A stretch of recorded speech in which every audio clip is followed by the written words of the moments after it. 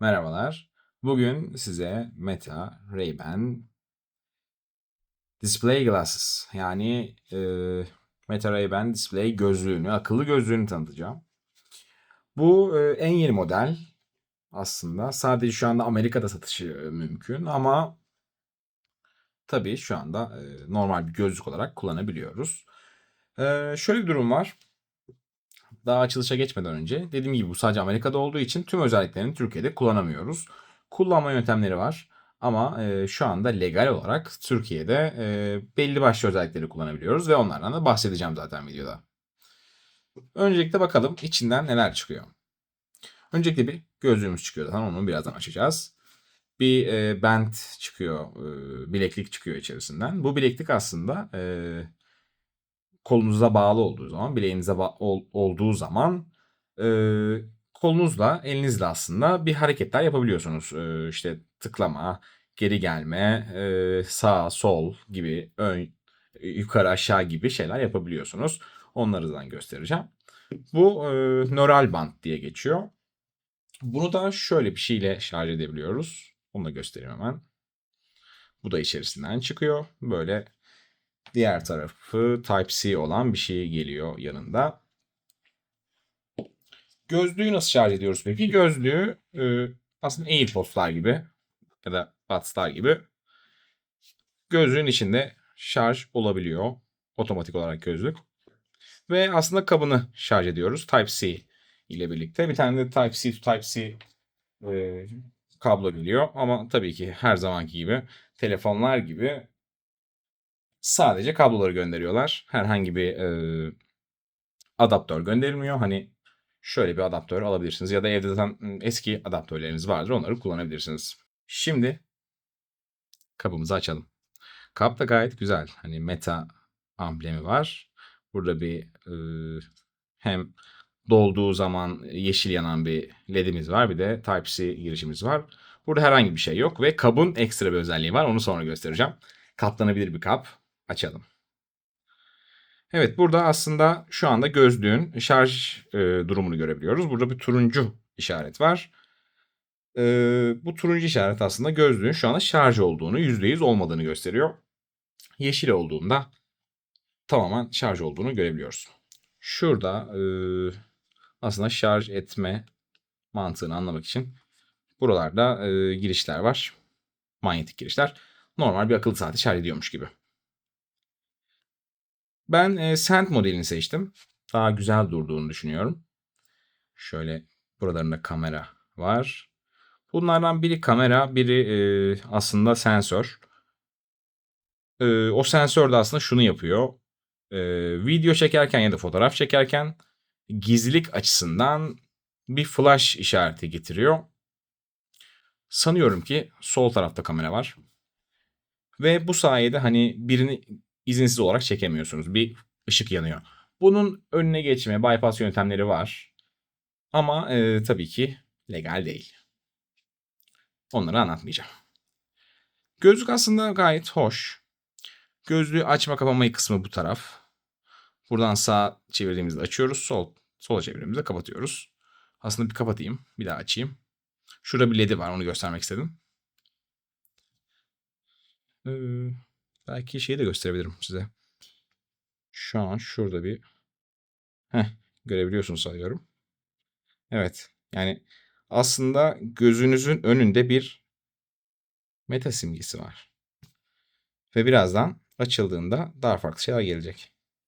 Evet. Size nasıl gösterebilirim bunu düzgün bir şekilde? Onu düşünüyorum. Mesela Meta AI'ya gir diyor. Şimdi bendim olsa sağ yapıp sol yapıp farklı menülere geçiş yapabilecektim. Onu da birazdan göreceğiz zaten. Dediğim gibi buralarda kameralar var. Gayet güzel kamera kalitesi mevcut. Buralarda hoparlörler var. İki tarafta da. Gayet stereo bir müzik dinleyebiliyorsunuz. Mikrofon da bu şekilde burada. Çağrı alabiliyorsunuz. Telefonla konuşabiliyorsunuz. Spotify'dan müzik dinleyebiliyorsunuz. Aslında tam gözünüzün önünde bir haritada çıkabiliyor. GPS'le herhangi bir yere gidebiliyorsunuz. Şu an yapabildikleri biraz kısıtlı en azından Türkiye'de. Ama ileride daha güzel şeyler olacağını düşünüyorum. Şimdi bir takalım. Gözlüğümüze bakalım. Evet. Öncesinde gözlüğü nasıl takacağımızı görelim. Gözlük bu şekilde takılıyor. Normal bir şekilde. Ve şu anda önümde bir şeyler beliriyor. Bunu size daha sonra göstereceğim. Şimdi gözlüğü taktık. Ama bir şeyim eksik. Ben ekranda gördüklerimi nasıl yapacağım şu anda? E, Bir de belki kullanımınız vardır. MetaQuest'te buradaki kameralar yardımıyla elinizdeki hareketleri görebiliyordu. Ama bunda öyle bir şey yok. Oradaki kamera sadece normal bir kamera. Burada aşağıyı görüyordu, ellerini görüyordu. Burada öyle bir şey yok. Peki burada nasıl bu sorunu çözüyoruz? Bununla. Bu bir nöron bilekliği denebilir mi acaba? Neural band olarak geçiyor. Meta neural band. Biraz şöyle açıyorsunuz. Şuralarında herhalde sinirleri mi ölçüyorlar, kas hareketlerini ölçüyorlar aslında. Sinirleri direkt ölçmüyorlar tabii ki ama bunun şimdi takma yöntemi de var. Şurasında bir işaret var. Burası size doğru bakması lazım. Nasıl yani? Yani bu şekilde ben görmeliyim bu çizgiyi. Ve bu şekilde aşağı doğru indiriyoruz. Bu kalın kısmı yukarıya gelecek şekilde hop takıyoruz. Dediğim gibi o çizgi buraya gelecek. Bana bakacak. Ve şu kemiğinizin aşağısında olacak. Yani kolunuza daha yakın. Tam sarsın sizi diye. Ve damarları tam ölçebilsin diye. Yani biz biliyorsunuz parmak hareketlerimiz burada bir harekete neden oluyor. Aslında buradaki hareket parmağı hareket ettiriyor da neyse. Çok detaya girmeyelim. Şimdi bunu taktıktan sonra tabii bunu açmanız gerekiyor. Bunların ikisini de telefonla bağdaştırmanız lazım. Bluetooth'la bağlıyorsunuz. Onunla kullanabiliyorsunuz. Meta AI uygulamasıyla onu da birazdan göstereceğim. Ve şu anda artık kullanabiliyorum. Bu sağ bana doğru, bana göre tabii ki. Sağ tarafa geçme şeyi. Şöyle sağa geçiyorum. Şöyle sola geçiyorum. Şöyle aşağı indiriyorum. Şöyle yukarı çıkıyorum. Ve muazzam çalışıyor. Şu ana kadar hani hiç hata yapmadı. Sadece bazen elimde telefonla şöyle yapıyorum ve bir şey oluyor. Onlarda hata oluyor ama yapmak istediğinde yapmadığı herhangi bir şey olmadı. Sadece yapmak istemediğinde yaptığı şeyler olabiliyor. Hani onunla hiç alakam yok. Telefonda geziyorum. İşte Reels kaydırıyorum mesela. Ve bunu yukarı yaptığımı sanıyor mesela şunu. Ben Reels kaydırıyorum o sırada ama o benim şu an hala mesela yukarı çıkartmaya çalışıyor. Benim gözümün önünde. Ama muazzam çalışıyor nöral bant. Ee, Ve bu gözlüğün asıl güzel yanlarından biri de güneşe çıktığınızda biraz daha kararıyor önü. Yani daha henüz çok güneş olmadı Aralık ayında İstanbul'da açıkçası. Gerçi birkaç hafta önce vardı da ben daha yeni aldım bunu. O yüzden şu anda güneşte test edemiyoruz. Ama dışarı çıktığımda bile hafif bir kararma oluyor. Normalde tamamen düz bir şeffaf gözlük olarak düşünebilirsiniz. Ama güneş gözlüğünü variye de dönüşebiliyor. Ray-Ban sağ olsun. Aslında hani bilim kurgu filmlerindeki gibi hani Facebook, Google, Google, Apple gibi yavaş yavaş Meta, Ray-Ban şirketler aslında birlikte ürün yapmaya başlıyor ve bu heyecan verici bir şey. Teknolojiyle stil birleşiyor diyebiliriz. Gözlüklerde en iyi yapan Ray-Ban. Teknolojilerde de çok iyi yakalayabilen Meta şirketleri gayet güzel bir ortak ürün çıkarmışlar. Ve şimdilik tabii ki prototip gibi gözükebilir. Şu an çok fazla içinde ürün yok. WhatsApp var, Instagram var, telefonlarıma var, Spotify var. Bir App Store yok içerisinde yani. Herhangi bir uygulama yükleyebileceğiniz bir store yok. MetaQuest'te mesela uygulama store'u var. İstediğiniz gibi uygulama indirebiliyorsunuz. Bunda öyle bir şey yok. En azından belki de Türkiye'de yok şu anda. Ama yavaş yavaş hepsi gelecek. Şeyde başvurdum ben. Bu bunlar için uygulama yapma kitleri var. Development kitler. E, Onlara sadece belli developer'lar açmışlar. Ben de ona başvurdum. Şu an sonuçlanmasını bekliyorum ve sonuçlandıktan sonra sonuçlanırsa eğer Burada onlarla birlikte yaptığımız uygulamaları gösterebileceğim. Diyerek o zaman biraz daha hands-on deneyimi yaşatmak istiyorum size. Ne görüyoruz biz şu anda ve ne yaptığımızda ne olacak? Hadi gözlüğün içine dalalım. Ama gözlüğün içine dalmadan önce bir fotoğraf çekmek istiyorum. Karşı taraftan nasıl göründüğünü görün. Şuraya tıklayarak ya da elimle fotoğraf çekebiliyorum. Tıkladım mesela. Gördüğünüz üzere bir flash yandı. Aslında bu şey değil. Hani flash olsun, karşı tarafı daha iyi göstersin resimleri gibi değil. Telefon flashları gibi değil. Hani ben şu anda gözlükleyim. Gözlükle fotoğraf çekmek saçma bir durum olduğu için gizlilik ihlali vesaire olmaması için şu anda fotoğraf çektiğimi anlayın diye bir özellik. Bunu ama sadece buraya tıklayarak değil, elimde yapabiliyorum. Şu an kamera uygulamasına geçiyorum, tıklıyorum ve fotoğraf çek. Bu şekilde. Ve video da yapabiliyorum. Buraya yapmayacağım. Orada yapabiliyorum ama basılı tutunca da videoya geçiyor. Şu anda videodayım. Ve sürekli yandığını görüyorsunuz. Yani video çekerken sürekli ben video çekiyorum, ben video çekiyorum diyor. Ben burayı bantlasam peki çözüm olur mu? Şöyle bir durum var. Burası kamera değil. Kamera olan burası. Şu an görebiliyorum çektiğim videoyu. Burayı bantladığınızda sensör diyor ki ne yapıyorsun? Aslında videoyu çektikten sonra yapmıyor. Şöyle bir durum var. Ben burayı kapattıktan sonra video başladığımda başlamıyor. Lütfen burayı açın diyor. Yani bir bant yapıştıramazsınız. Ama başladıktan sonra bant yapıştırabiliyorsunuz. Ama şöyle bir durum var. Maksimum şu anda 3 dakikalık videolar çekebiliyorsunuz. 3 dakikayı geçemiyor. Onun da bir triği var. Onun da wipe'ı var. Instagram'dan canlı yayın açarak sadece kendiniz görebileceğiniz bir canlı yayın açarsanız onu 45-50 dakikaya çıkarabiliyorsunuz. Yani şarjı bitene kadar yapabiliyorsunuz ama tabii şarjı da belli bir süre gidiyor. Sanırım 45-50 dakika gidiyor. Tamamen video çekerseniz 45-50 dakikalık bir video çekebiliyorsunuz. Eğer bu Instagram'da live oluşturmak. Yani aslında 45-50 dakika kesintisiz canlı yayın yapabilirsiniz Instagram'da. Öyle bir gözlük diyebiliriz. Ama benim şarjım bitti. Aldım.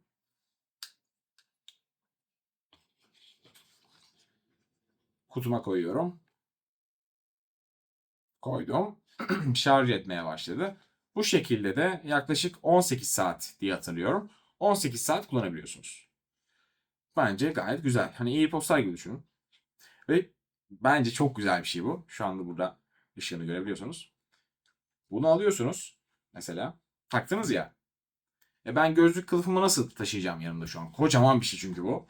Ben bunu nasıl cebime koyayım vesaire derseniz de şöyle muazzam bir olay var. Şunları içine doğru kıvırıyorsunuz. Hop hop hop. İncecik bir şey oldu. Bunu da cebinize atın. İstediğiniz yere götürün. Powerbank gibi düşünebilirsiniz aslında. Hani kılıfınız ve powerbankiniz incecik bir boyutta geldi. Bunu da cebe atın gidin. Böyle bir olay. Videoyu kapatmak için şöyle yapmak istiyorum ama yapamıyorum. Evet. Şimdi gözlüğün içine girelim. Evet, şu anda aslında gözlüğün önünde benim gördüğüm şeyleri görüyorsunuz. Yani şöyle, gözlüğü taktığınızda gerçek dünyanın önünde bu örneği görüyorsunuz. Sağa doğru gidelim mesela. Ya da aşağı, sağa. Evet. WhatsApp var, Instagram var, mesajlar var, Messenger var. Yani aslında Meta uygulamaları var. Facebook'un uygulamaları daha doğrusu. Meta oldu ismi tabii de. Mesajlar var, kamera var, aramalar var, müzik var, fotoğraflar var. Hypertrail diye bir oyun var. Aslında bu nöral bandı nasıl daha iyi kullanırsınız onu gösteriyor. Ve belli bir saniye hiçbir şey yapmazsanız duruyor. Orta parmağınızı ve baş parmağınızı 2 kere şıklattığınızda diyeyim, vurduğunuzda, dokundurduğunuzda direkt geri geliyor. Captions var. Captions'da şöyle bir durum var. İki özelliği var. Tıklayayım bunu da hemen açayım. Bir live captions var. Bu live captions aslında bir video vesaire izlerken altında şeyler çıkıyor.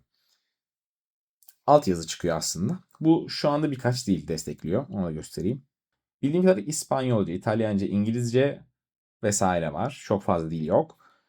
Bir de live translations var. Burada İspanyol ve İngilizler için, aslında İspanyolca ve İngilizce konuşanlar için sen hangi dili konuşuyorsun? Karşı taraf hangi dili konuşuyor? Onu seçerek tüm dil bariyerlerini kaldırıyor aslında. Tabii şu an dediğim gibi sadece İngilizce ve İspanyolca konuşanlar için çalışıyor. Ve bunun tüm diller için olduğunu düşündüğünüzde, yani muhtemelen birkaç yıla tüm dilleri de getirecekler. Herhangi bir dili öğrenmenin gerekli olacağını düşünmüyorum bu teknolojiden sonra. Ben yani eğer iki kişi Meta Ray-Ban Display gözlüğünü kullanıyorsa karşı taraf örneğin Almanca konuşsun, ben Türkçe konuşayım. İkimiz de birbirimizin dediğini anlayabileceğiz altyazılarla. Ve aslında insanların konuşurken onların kafalarının altında bir altyazı gelecek. Muazzam. Yani böyle bir teknoloji muazzam diyebiliriz.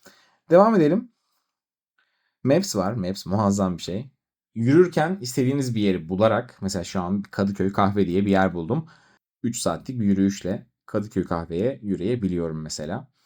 Ee, Gayet, yani gözünüzün önünde bir harita, bir navigasyon uygulaması var. Muazzam bir şey. Tutorial'lar var. Bunlar da işte nasıl kullanırım gözlüğü ve Neural Band'i. Onları gösteriyor. Sola çekelim. Burası Meta AI.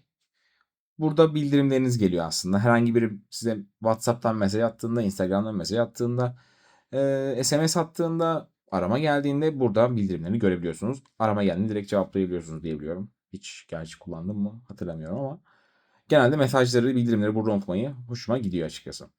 Sola çevirelim. Burası da aslında bildiğiniz Android'lerde çokça gördüğümüz ayarlar menüsü.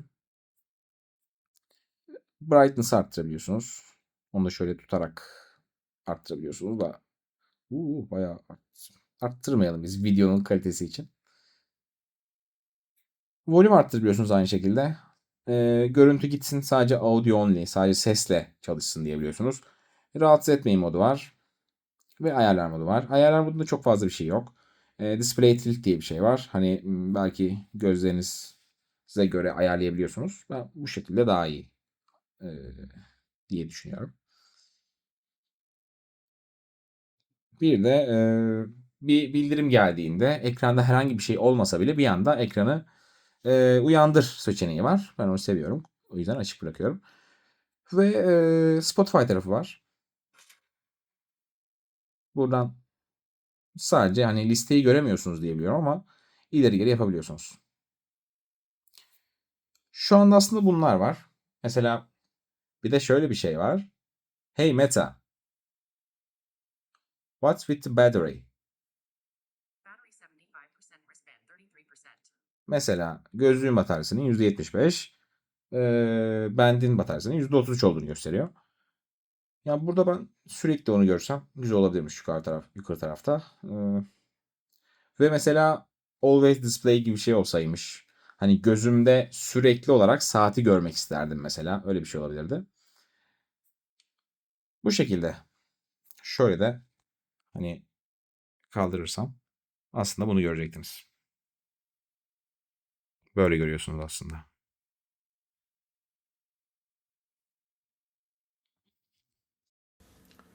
Şimdi kullanalım bakalım.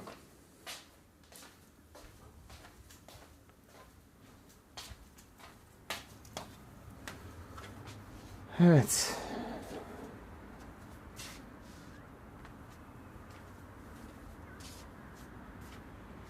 Böyle bakabiliyorsunuz. Mesela şimdi arabalar geliyor ama neyse, şöyle kendi arabamı çekeyim. Böyle zoom yapabiliyorsunuz. Nasıl yaptığımı gördünüz mü? Elinizi böyle sağa çeviriyorsunuz. Ses açar gibi zoom açıp kapatabiliyorsunuz. Aynı şekilde ses de açıyorsunuz bu şekilde. Yani normal eski teyplerde sesleri böyle açardınız ya. Hani onun gibi. Tutuyorsunuz, çekiyorsunuz ve bu şekilde zoom in, zoom out yapabiliyorsunuz. Tabii ki gökyüzünü gördüğümüz gibi çekemiyor. Onu şu anda herhangi bir kamera yapamıyor. Yani bir ay gördüğünüzde ayı tam anlamıyla çekebilmeniz hiçbir kamerayla mümkün değil. En azından user end kameralarda, yani telefonla vesaire ayı çekemiyorsunuz bildiğiniz gibi. Ay var mı diye bakıyorum ama sanıyorum ki yok. Olsa olmadı. Şunu da belki gösterebilirim size. Günlük kullanım için şu anda ne kadar doğru bilmiyorum almak. Belki çok meraklıysanız alınabilir. Şöyle bir durum var. Belki çok ses geliyordur diye içeri geçeyim. Ne diyorduk? Günlük kullanım için çok yeterli değil henüz. Yani bildirimlerinizi vesaire görebiliyorsunuz ama herhangi başka bir şey yapamıyorsunuz. Yani belki ufak tefek şeyler yapabiliyorsunuz. İşte müzik dinleyebiliyorsunuz. Görüntülü de konuşabiliyorsunuz bu arada. Hani siz karşı tarafın görüntüsünü gözlükte görüyorsunuz. O da sizin gördüğünüz şeyleri görüyor. Öyle bir şey yapabiliyorsunuz. Öyle bir görüntülü konuşma tarzı var. Ama şu anda bence teknik açıdan yetersiz diyebilirim. Ama hep böyle mi kalacak? Bence bu gözlük en azından bir 2-3 yıl içerisinde olağanüstü geliştirmeler, olağanüstü versiyon atlamaları yaşayacak ve çok fazla yenilik gelecek. Bu band de şunu sağlıyor aslında. Herhangi bir yere bir yazı yazdığımda, mesela Onur yazdım buraya, ben bunu Onur olarak mesaj gönderebileceğim. Şu anda o özellik yok ama tanıtımda vardı. Tanıtımın linkini de aşağıya atarım. Mark Zuckerberg'in gözünden işte Meta Ray-Ban Display tanıtılıyor. Ee, Orada böyle bir şeyler vardı. Muhtemelen onlar gelecek. İşte Türkçe desteği gelmesi gerekiyor. Şöyle bir özellik var. İşte şu nedir dediğinizde Meta AI'ya size söylüyor. Ama Türkiye'de bu kullanılmıyor. Ben herhangi bir şey sorduğumda bana diyor ki bu sizin region'ınızda desteklenmiyor. Sizin bölgenizde desteklenmiyor. Bunlar gelecek. Bunlar geldikten sonra çok daha güzel olacak. Uygulamalar gelecek. Uygulamaları insanlar geliştirecek. Belki biz de burada bir uygulama geliştirebiliriz. Neden olmasın bu kanalda. Uygulama geliştirildikçe aslında bu ürün daha çok satılacak, daha çok kullanılacak, daha verimli olacak. Ama şu anda biraz daha erken diye düşünüyorum. Ürün çok fazla değişeceğini düşünmüyorum. Ürün şu an gayet güzel. Çok fazla gözü yoran bir şey yok. AR değil, VR hiç değil. Ama ikisinin aslında daha insana yakını diyebileceğimiz bir yerde. Sadece bir ekran var. Biraz pahalı ve sadece Amerika'da var şu anda. Türkiye'ye muhtemelen Amerika'da ne zaman geldi? Ekim ayında geldi. Ekim 2025'te. Avrupa'ya 2026'nın ilk aylarında dediler. Belki 2026'nın sonunda da Türkiye'ye gelebilir. Ben bunu 800 dolar artı vergilerle aldım. Direkt Meta'nın store'undan. Ama yani burada ne kadar olur artık orasını bilemiyorum. Bir IMEI durumu yok bunda. Hani bir sim kart vesaire takılmadığı için IMEI ücreti olmaz ama ÖTV, KDV her zamanki olacağı. Evet, hesap yaparken 3 dakika limitini doldurmuşum. O yüzden mesela kesildi bir anda. Böyle bir durumu da var. Onu da şimdi baştan söyleyeyim. Bypassları var ama burada anlatmayacağım bunları. Ee, Dediğim gibi Türkiye'de ne kadar olur? 2026'nın sonlarında yer çıkarsa 800 dolar yaklaşık 35-40 bin lira ya vergileriyle vesaire hesaplıyorum. 870 civarı ödenmişti vergileriyle. Ee, Yani 37 bin 40 bin burada ÖTV, KDV ekleseniz buna belki 70-120 arası oynayabilir. Şimdilik dediğim gibi kesinlikle değmez bu paraya. Ama bunu alıp 2 yıl sonra da yeni özellikleri yeni özelliklerle kullanabilirsiniz diye tahmin ediyorum. Çünkü Meta ilk çıkardığı gözlüklere bile yeni özellikleri getirmeye çalışıyor, gayret ediyor. Ama display tabii ki en yeni model olacak. Uygulamalar olacak içerisinde. Buna daha çok özen göstereceğini düşünüyorum. O zaman görüşmek üzere ve kapatıyorum.